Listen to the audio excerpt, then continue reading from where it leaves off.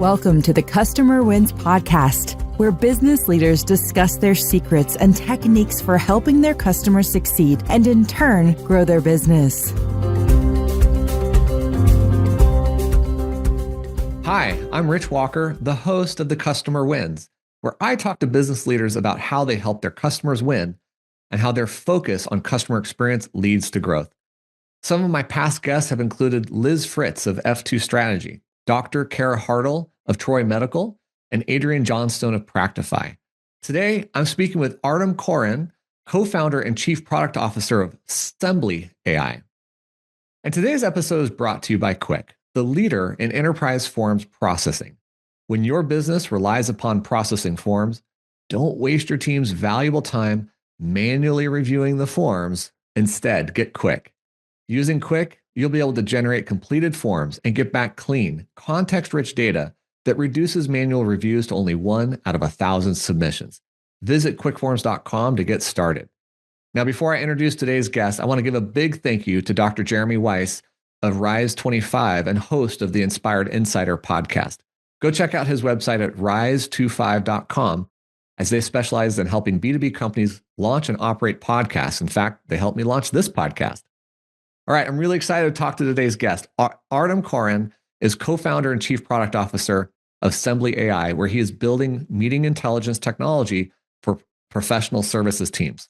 Since co-founding Sembly in 2019, Artem has helped shape AI tools that capture, organize, and activate critical information for meetings at scale. His work sits at the intersection of AI, enterprise productivity, and the future of knowledge work, with a focus on augmenting human potential rather than simply automating tasks. Artem, welcome to the Customer Wins. Thank you. Great to be here. Oh man, I'm excited to talk to you.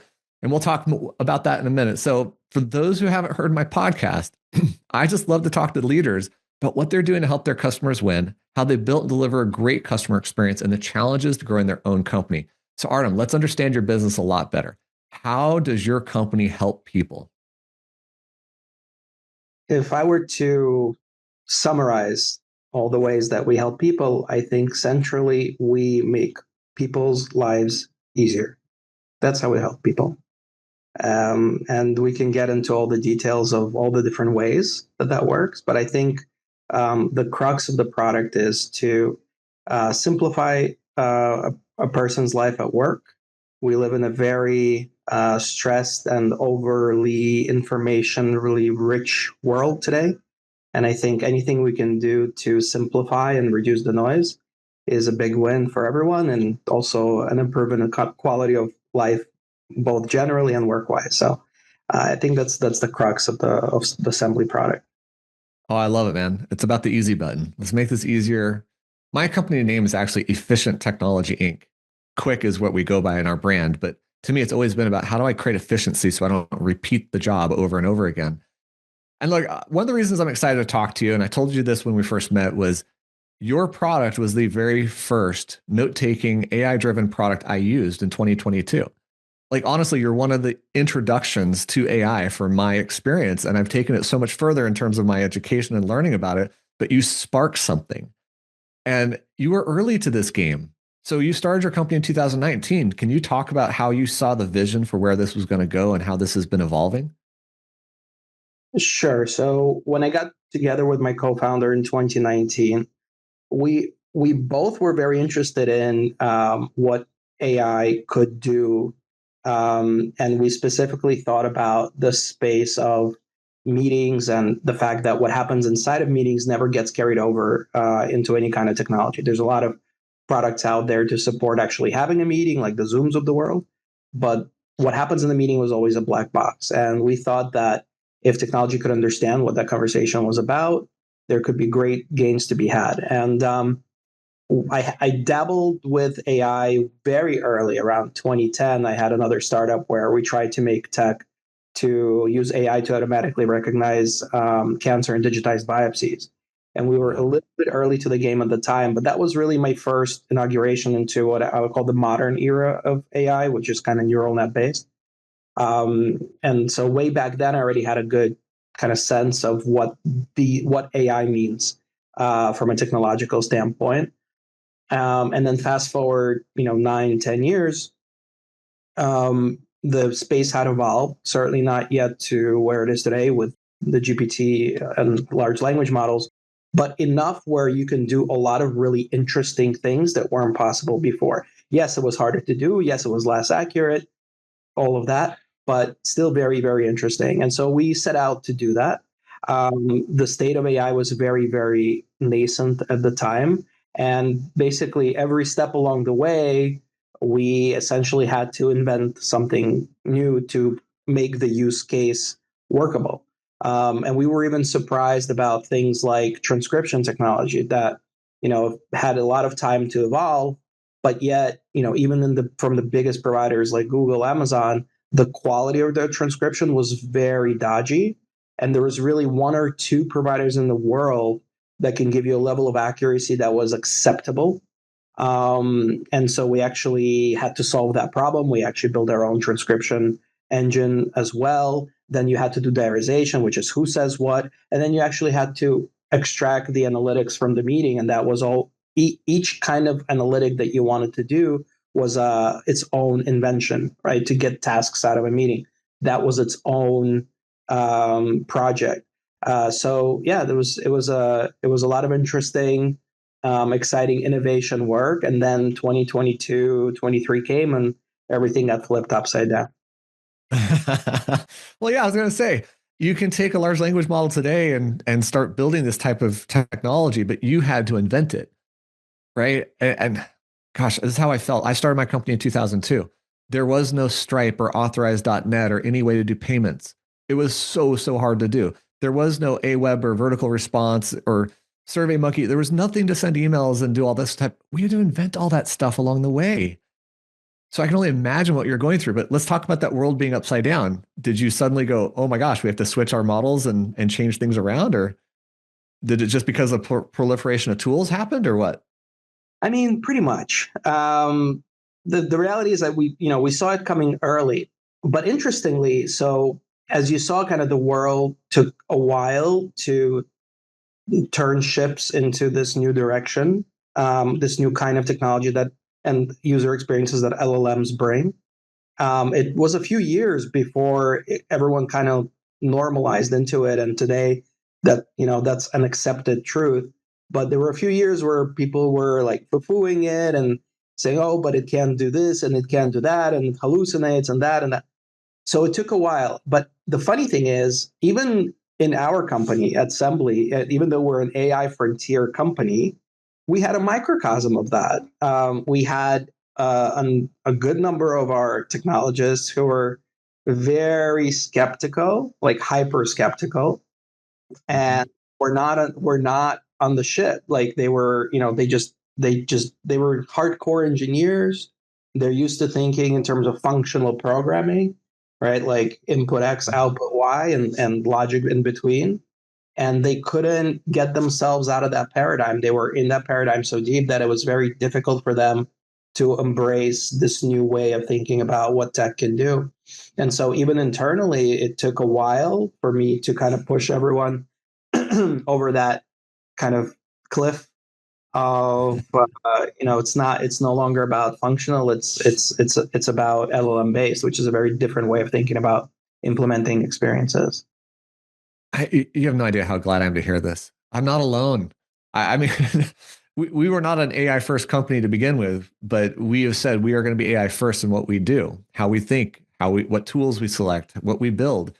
And my gosh, I mean, for 6 months, I was showing people what is possible and nobody would do it. So I was fighting that. And I say it's still a challenge to get every single person on the team really absorbing what's possible and trying to implement it in such a way.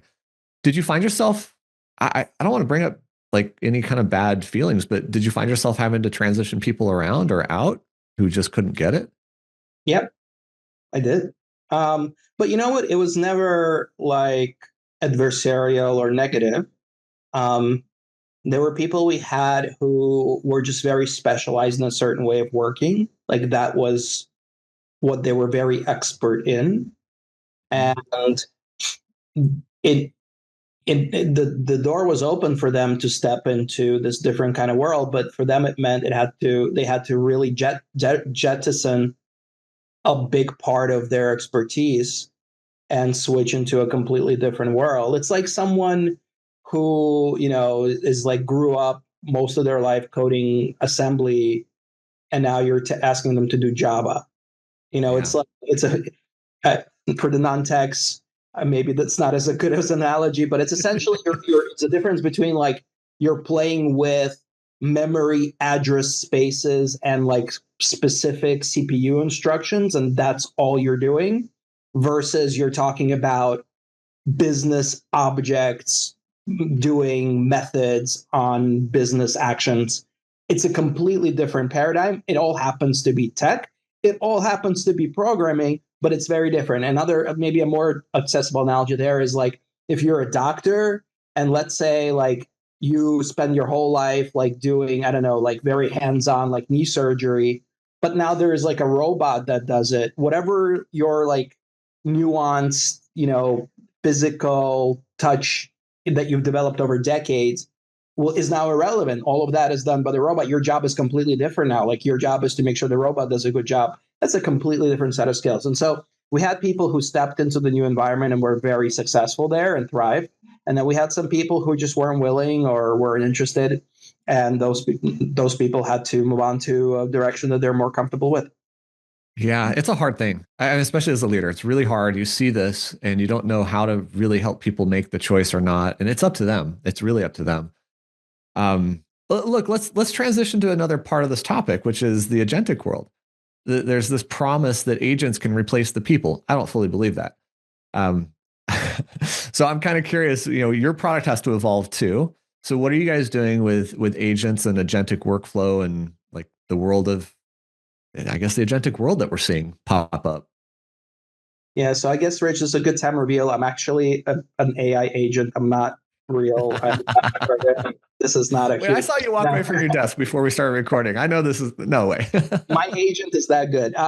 No, so I think so. First of all, I think we're still just as an industry. I think we're still trying to nail down like terminologies and meanings, because agent means so many different things in the world. There used to be this concept of bots. Now there's this concept of agents, and it means different things to different people. And even the way you introduce it, like the agents can replace humans, that already suggests to me like a certain frame around what an agent means, right? Yeah, right. So yeah, so I think we're in this space where maybe the internet was in the early 2000s. I would say like that. And or maybe even like late 90s, but maybe getting into the early 2000s. Here's what I mean. Like in the late 80s, early 90s, the foundational methods of the internet came alive. And so we're talking about like the TCP/IP protocol. We're talking about the HTTP protocol. We're talking about browser rendering and the DOM display object. Like, so these are the kernels, like the seeds, the kind of the fundamental concepts of internet applications and tech. And then you fast forward maybe a decade to a decade and a half, and you're starting to see like a higher level objectification of these concepts that are now a lot more like you don't have to code the right header protocol into your application so the browser can render your page. Like you had to do that in the 90s. Like if you're writing with like Perl CGI, not a lot of people do Perl apps now, but when you're writing Perl CGI, you had to like hard code the correct HTTP header, and that's part of the output of the application to the browser and to the HTTP. Today, you no longer have to do that. That's all abstracted away. And I think so the kind of the core pieces came online in the last few years, and part of that is LLMs and a few other things. And I think now we're starting to get into that phase of objectification, for lack of a better term, or abstraction. And agents are the first foray of that abstraction, and they're a very powerful abstraction. And so, yeah, go ahead. Sure. Because to follow on your analogy, and I know some of my audience is not following all the detailed tech that you're spouting, and I love it, by the way, because I'm like you. But I think what you're trying to get at is like if you're building a house, the foundation goes down first, and then you can build the walls that go up from that, and then you can add accoutrements to that and things like that. So, are we now at the foundation layer? Is that what you're really getting at? Like we have laid the cement, and agents are more like building up the sticks of the wall. I think the foundation is nearly solid. So, um, the house analogy is good, but I think a better analogy is like, before we could build houses effectively, like we had to learn the right mix, the right formula for cement. We had Yeah, to that's like, kind of standards. right, yeah, exactly. Like there, you had to kind of standardize like how bricks are and like how all the structural pieces work. But today, if you want to put windows in your house, you're not gonna like buy a piece of glass and buy a frame and like try to right. You're buying the whole window Yeah. product with the way that it attaches, the way that it insulates. Like it's a whole product. It's a multi-piece product. It has all these parameters that come with it, like sound insulation, whatever. But you're buying the whole window product, right? You're not like trying to stick frames together on glass. And I think that's where we're at. So we're at a point where the cement formulation is getting to be pretty good. It's not perfect yet, but it's nearly stable. And by cement, I mean things like when you try to like send a request to an LLM, like there's a pretty good chance you're going to get back a response, and there's a pretty good chance that response is going to be fast enough, and it's going to be like a kind of what you expect. Now it sounds like, well, isn't that just very simple? You would think so, but it turns out no. And that's why you have companies out there like Open Router and many others that kind of facilitate that, because it's the same thing with internet. Like when internet first came up, like your network was dead half the time because packets are getting lost, routers are blowing up, like things can't like reach each other. But now we have these like self-healing routings and like all these like fancy schmancy Yeah. things that we just take for granted. Like our mobile phone works. Like for anyone who had a mobile phone 20 years ago, like you're like doing this a lot, right? Like where's my network and blah, right? We're not doing that much anymore. I live in New York City, at least here.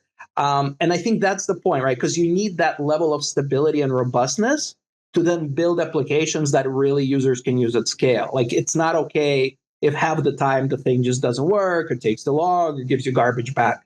So I think we're Yeah. reaching that level of robustness now. And now something like agents can wrap that under them and give you a very complete end-to-end experience using AI tech underneath. So as you're saying this, I'm imagining part of what you're getting at is the reliability of a large language model. Anthropic's been down so many times in the past week, it's kind of silly to me, but I get it. Like the demand for their service is so high, they can't even buy the compute power. They can't buy the hardware fast enough. They can't install it fast enough. You can't build data centers overnight. So this has to grow and build up the stability of their model. But do you also think it's the maturity of the models? Do you think we're going to see 10x more better outcome of models still, or are we kind of getting to that point of stability that the model's serving us well? So the models will get better, smarter, faster, and they'll continue to do that as long as there's economical value in that. So my prediction in the model space is that I think open models are about a year to a year and a half behind frontiers. So Mm-hmm. for the audience, when we say frontiers, we mean like Anthropic Claude, we mean like OpenAI GPT, we mean Gemini from Google, those kinds of models, and they're running on monstrosity hardware that's like billions of dollars, and that's that they're having a hard time growing that hardware. But that's the kind of hardware that these models require, and they produce today. They're the most competitive, and they're across different benchmarks producing the best results. But there's also a whole community, huge space of models that are not frontier, that are called open. And these are in some sense like independent model makers. Um, and these are models like GLM from Zai or Quen or DeepSeek that most people have heard of, I think. A lot of them are Chinese, it just so happens. But there's non-Chinese open models as well. These models are very good, but they're like a year to a year and a half behind is the kind of the overall quality of the frontiers. And as we move forward, the open models will get better, the frontier models will get better. But at some point, you're going to hit a point where there's a certain level of quality that's good enough for most kinds of applications. Yeah, that's what I'm thinking. Right. And then, enterprise or large business is going to be okay to pay premium to get the biggest, smartest, fastest from the frontiers. It's similar to maybe like Microsoft Windows versus Linux, like Red Hat and things like that. To some extent, it's not a perfect analogy, but to some extent, on the server side, it's really true, I think. Or Microsoft Apple, maybe, right? Like going back to the history of that. I think we're in a similar kind of dynamic where at some point the frontier models will really be primarily useful because of how much they cost to big businesses, and they'll give them competitive advantage. But I'm also sure that those frontiers will start offering lower tiers that are, compared to today's standards, are super strong, but will compete well against other open models. So I think it's not a point of like, can it get smarter? It can, and I'm sure some more specialized players will make them as smart as they can possibly be on their way to AGI. But for business purposes, there's kind of a point of saturation where you don't need, like, maybe you don't need GPT-10, maybe your like GPT-9 works amazing and doesn't really make mistakes.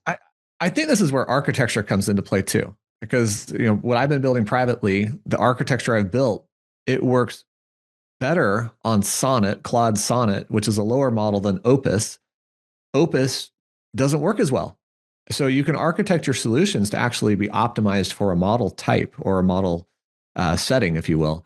And I imagine it getting better and better, but that doesn't necessarily mean my product gets better and better because of the way I've architected the product. So going back to your analogy of building the foundation, let's now talk about the definition of agent again. Because you're right, it's a spectrum. And I've laughed about this because there's so many different variables that go into this. So I really want to hear your kind of prescription of what is an agent. So the way, and again, there is no universal definition, but I can tell you how I look at it. So an agent is a kind of application that's AI enabled or AI powered that can take multiple steps to accomplish some goal, and in those steps, it can make decisions. And once you have those factors together, so it's AI enabled, multiple steps makes decisions. I think you got yourself an agent. And in those steps and in those decisions, it can use tools to help it make decisions.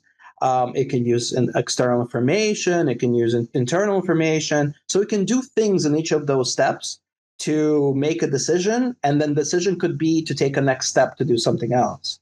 Sometimes, and a lot of modern agents work this way, the decision could be to do multiple things at once as a next step, like launch multiple sub-agents and get back information. So I think as long as you have that, it's AI-powered, multi-step, and makes independent decisions in those steps for itself to reach some kind of goal. Now you have yourself an agent. And this construct is very scalable. It can do everything from like generating a particular kind of document, like you have an agent that's specialized in that. So it's like maybe a 2, 3, 4, whatever step agent that, okay, like it's very good at generating statements of work.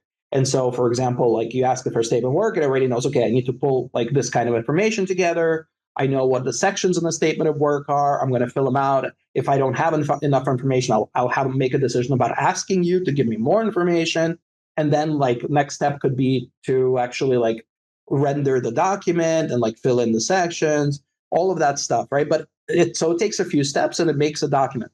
But you can also have an agent that can build an application, or maybe you have an agent that can run a store, right? Or maybe you have an agent that's a CEO of a company, right? Like that construct is an extremely scalable construct because, in the sense, and this is where we're getting super interesting, in the most simplified way, it's not that different from what people do.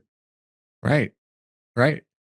So I had Jeff Woods, who is an author of a book called AI-Driven Leadership, and he talked about it as this: a job is a set of skills applied to a process. Pure and simple. So jobs can change. Different skills are needed. Different processes are needed. And so you don't have to feel like you're losing your job. You can take your skills and apply it to a different process. You can up your skills, et cetera. But when we talk about agents, that's how I think of it as well. What's the job? The job is to read this document, and give me some insight from it. Read this document and extract invoice number from it. Whatever it is, whatever, but you have to distill it down. So I love your definition of agent, by the way. It's probably the best I've heard. And I think of it as infinitely small or infinitely big. And like you said, scalable, but I think, can the job be really tiny? Yeah, it could be really tiny. It could do one simple thing that requires decision making. You could have an atomic agent, maybe needs to make one decision along the way. And that one decision is important, because if you don't have a decision, then you have a chatbot. And so that this is where if we can draw a line. That line is blurring a little bit, but classically ChatGPT versus agents, right? Because ChatGPT, you ask a question, you get back an answer. It's not really multi-step. Okay, people are going to argue with me now. There's thinking, there's research now. Yes, okay, ChatGPT is evolving, and it's a little bit agentic today, to be honest. But it's a very simplified kind of agentic. But yeah, you could be very atomic in its agentic work. All right, so how has this formed your view now of your product and how you innovate and keep moving forward? What are you doing with Sembly now with all of this information unfolding? Well, with this new abstraction, with this new concept of agent, this is really going to have huge reverberations across all tech, all, I would say, user-facing tech that we have out there. My opinion is that it's really going to reformat all applications, and there's many reasons for this. But one thing to think about is that applications up to recently, like let's say Microsoft, right? Like Microsoft applications, they were made for people to use. Like they were, like you had to learn to use the app, and then you use the app, and you get your PowerPoint done, or you get your Excel done, whatever it is that you're trying to do. But in the future, all applications will need to also or only support agent, because there's really now an extra layer of indirection between you and the technology, and there's no reason why an agent couldn't learn to use an app really well and do the thing for you. And if you're going to have a mix of people and agents in your company, it makes sense to have applications that support those agents. So that's one big change, is that all applications in the future, I think, will be agentic applications, either in terms of being able to be used by agents or have agency built into themselves. And then the second bit, and that kind of works in tandem with the first, is that agents will talk to each other. So that completely uproots the world of APIs. Yeah. So if you think about user interfaces as like API for humans, right? Like all the buttons that I click, that's a human API. Like nobody tells you that, but that, like, trust me, that's what it is. You heard it first time today. It's just like, like is it a wave? Is it a particle? An interface is a human API, right? Like it's just a way for humans to like very specifically interact with a screen to get something done. It's the API that we can use because we're not computers and we don't send code to each other. But then there's an API for apps, like Zapier is a great, example of like an aggregator of these APIs. There are many more that define very specific ways that an app can send a request to another app and get back a response. And that request to response cycle is extremely well defined, so everything works.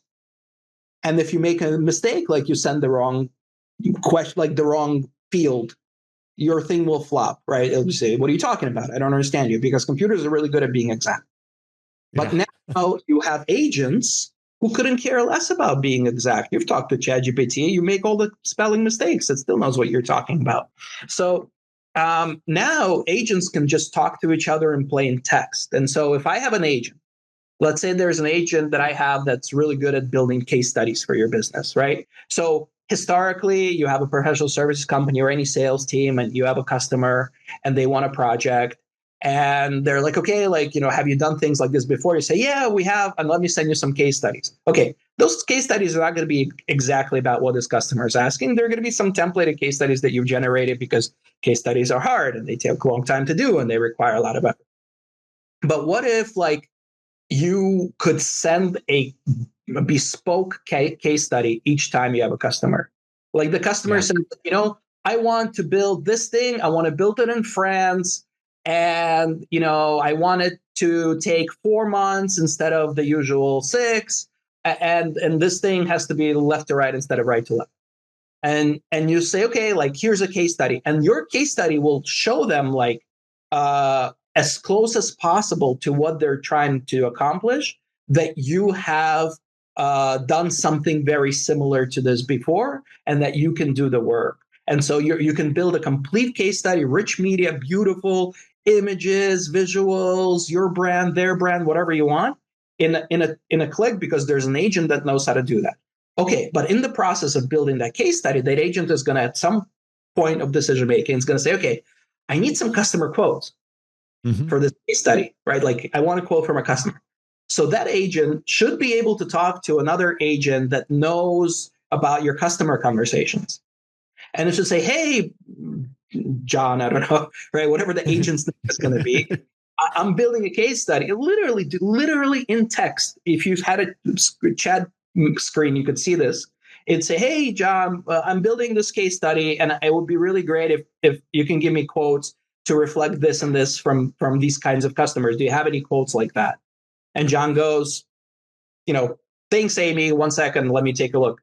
And then John, the agent, comes back and says, here's some quotes from our customers. You can include them in this case study. And Amy says, great. And she puts it in the case study and delivers it to you. So agent to agent collaboration is part. It's just part. Like it's table. It's going to be table stakes. Very, very soon. Yeah, and I see it playing out in a couple of ways. Personally, I see it playing out in software that we build, where the agents are talking to each other for various purposes. And when you see the conversation, it's magical. And when you don't see the conversation, you think, is it working? Are they doing it? Because they don't have to show it to any interface at all. They can just have the conversation. And when it is working, it's amazing, right? You get the outcomes. But there's another one. I mean, you brought up the idea that everything's going to be driven by AI. And I'm actually designing my first site to be driven by AI first, meaning in the sense you can get to a dashboard, you can do administrative things, you can click the links, but you can also just tell the agent, hey, I want to add a user, and it will do it for you. Hey, I want to start a project, it'll start the project for you. It'll navigate to the place in the site you need to be. So you can just have a chat conversation with the site, in other words. And I think that'll easily turn into voice. So you can just talk to it and say, hey, add my user, send out 10 invitations to users, blah, blah, blah. I think that is going to be really prevalent, like personally, because I'm designing it. But I think that's going to be a prevalent way that we see things, especially in the context when you need user input, because you're asking the user to provide intelligence, information, insight, make decisions that the AI is not going to do for you.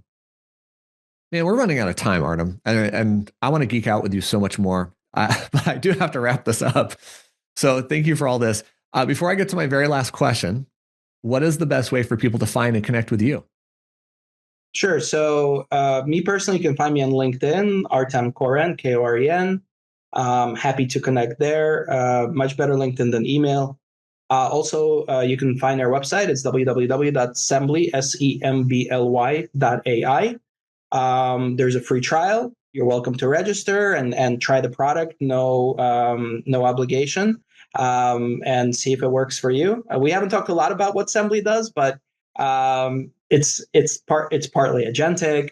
It makes your life easier. It really helps you in your work. We have thousands of organizations and teams that use the product. And I know Rich is a longtime user as well. So so definitely give it a try, especially if you're in sales or in your project delivery. I think this a project can be of big help. And I'll add that if you put in the coupon podcast 2026, all caps, you'll get an additional discount as well. Nice. Good job. I love it. Yeah. I look, for everybody listening, Sembly is the OG. They were here first doing this note-taking stuff. Maybe not absolutely first, but they were at the front lines. They've weathered the storms. They get it. So go check them out. All right. Here's my last question, Artem. Who has had the biggest impact on your leadership style and how you approach your role today? So, a lot of impacts to my leadership style, but I think for this one, I want to take it all the way back. And it's something someone I don't think about very often because of how early this was. So this was one of my very, very first bosses when I was still in high school. And when he hired me, he didn't realize I was in high school. And so at the end of the summer, when I told him, okay, I have to go back to senior year in high school now, he was like, what are you talking about? So his name is Scott Lackey. And he was a tech manager. He was the manager of the development team where I was working. It was a company called Alloy. They had an e-commerce catalog for like teens and things. And I think a lot of my technical team management style actually comes from him. And I realize that now in reflection, like I didn't realize that then, but I think he was a really great exemplar of how to get specifically technology teams to perform really, really well and to engender a very high performance culture on those teams. And a lot of his kind of methods and ways I still very much use today. Nice, man. I love hearing about the old stories that really had this impact. So thank you for sharing that. All right, got to wrap this up. I want to give a big thank you to Artem Koren, co-founder and chief product officer of Sembly AI, for being on this episode of The Customer Wins. Go check out Artem's website at sembly.ai. And don't forget to check out Quick at quickforms.com, where we make processing forms easier. I hope you enjoyed this discussion. We'll click the like button, share this with someone, and subscribe to our channels for future episodes of The Customer Wins. Artem, thank you so much for joining me today. Thank you for having me. Thanks for listening to the Customer Wins podcast. We'll see you again next time, and be sure to click subscribe to get future episodes.